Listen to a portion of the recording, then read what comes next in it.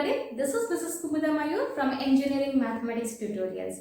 I request everyone please do subscribe to my channel and view all my videos.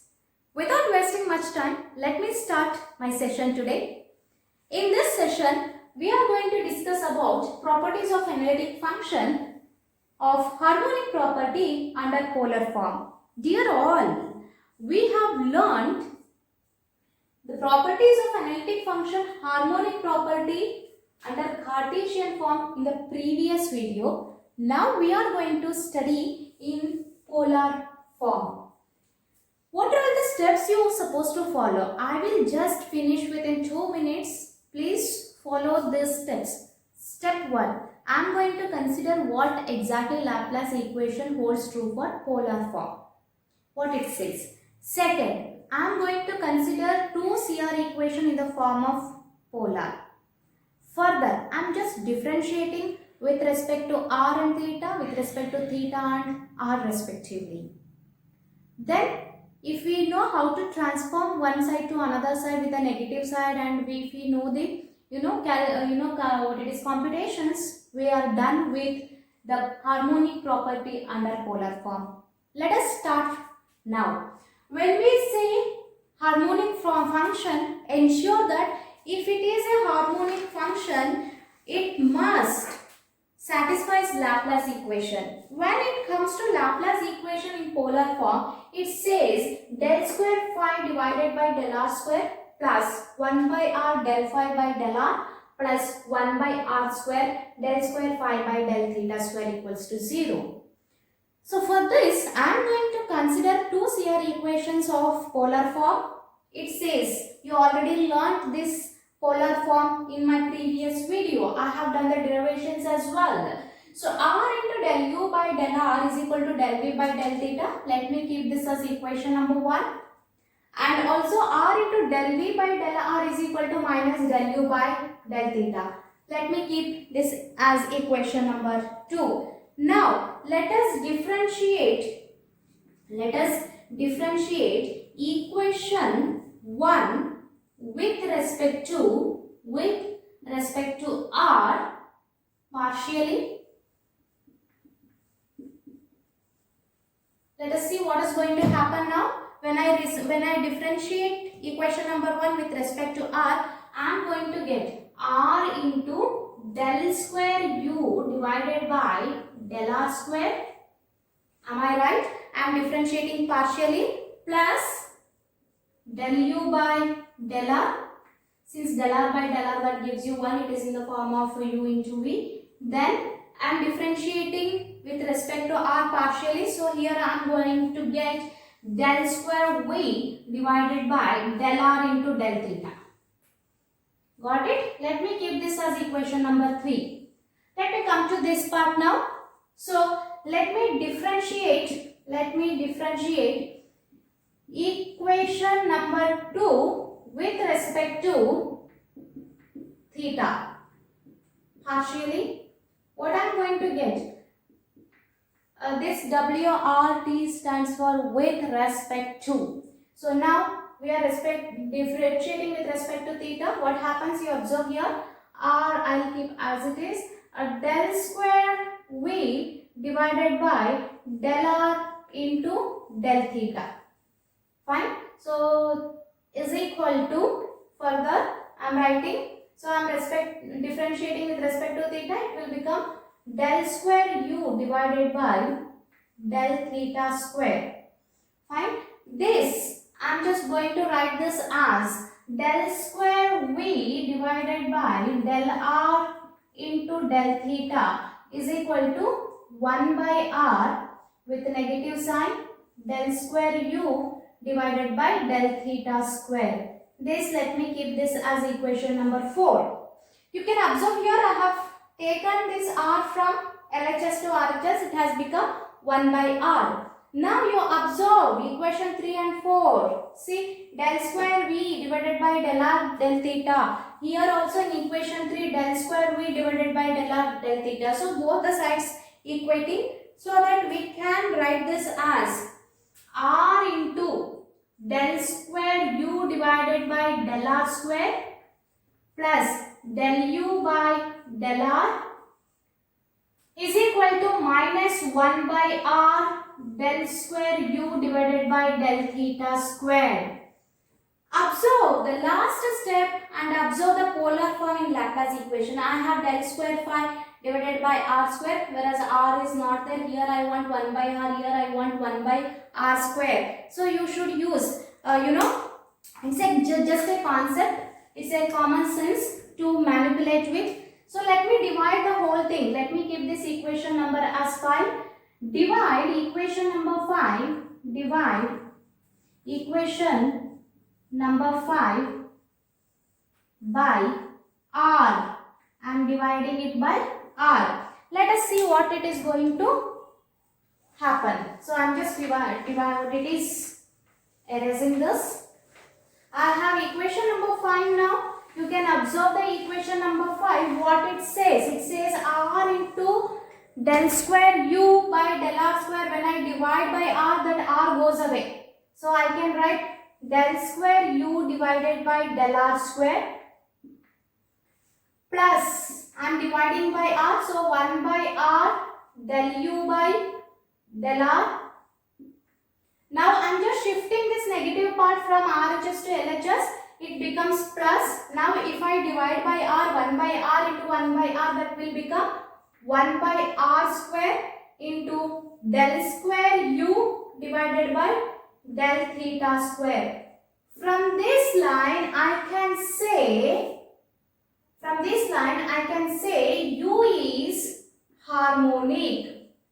From this I can say u is harmonic. So I have proved that the real part is harmonic. Now let us go for the next part to prove v is harmonic. We all know that if it is v, that shows imaginary part. Now let me consider the same polar form. We have already learned, in the Cartesian form, r into del v, r into del v by del r is equal to minus del u by del theta. This is CR equation, Cauchy-Riemann equation that I have already proved in the previous session. You can, if you want derivation, you can follow that as well. The second equation says r into del v by del r is equal to minus del u by del theta. You might have observed previously, I have differentiated the equation with respect to r. Now, I am differentiating equation number 1 with respect to theta. Let us see what are we going to get it. R as it is, I am differentiating with respect to theta. Del square u divided by del r into del theta, as we are going to differentiating with respect to theta partially. So the next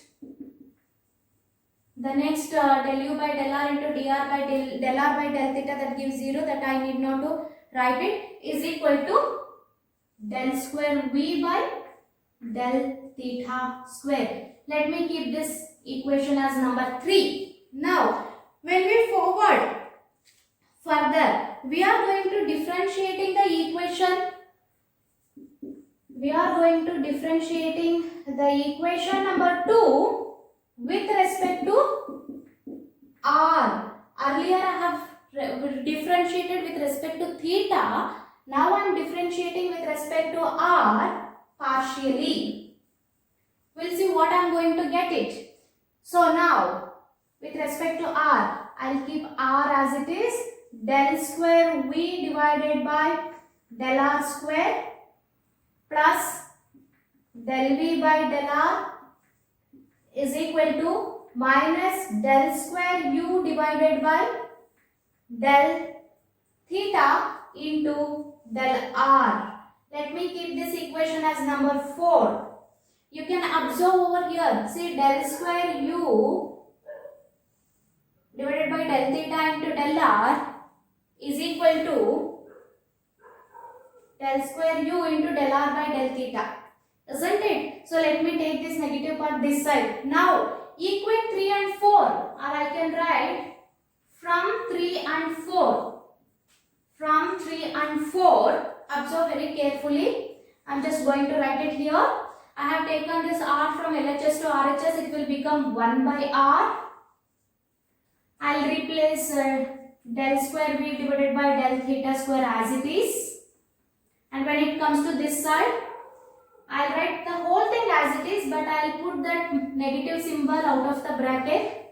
R into del square v divided by del r square plus del v by del r. Fine. So for the further computations, let me erase this part.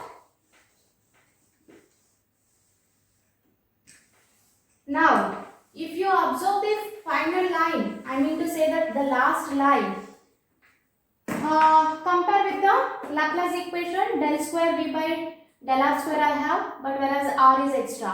So now divide, let me keep this equation as number 5. Divide equation 5 by r. What happens? 1 by r square del square v divided by del theta square. If I shift the whole thing from RHS to LHS, everything will become positive because of this negative sign. Directly I will write plus r divided by r, that is 1. So directly I can write this as del square v divided by del r square plus, I am dividing this also by r. You are going to get 1 by r into del v by del r. Now let me just modify this equation. If I modify this equation, I can write this as del square v divided by del r square plus 1 by r del v by del r.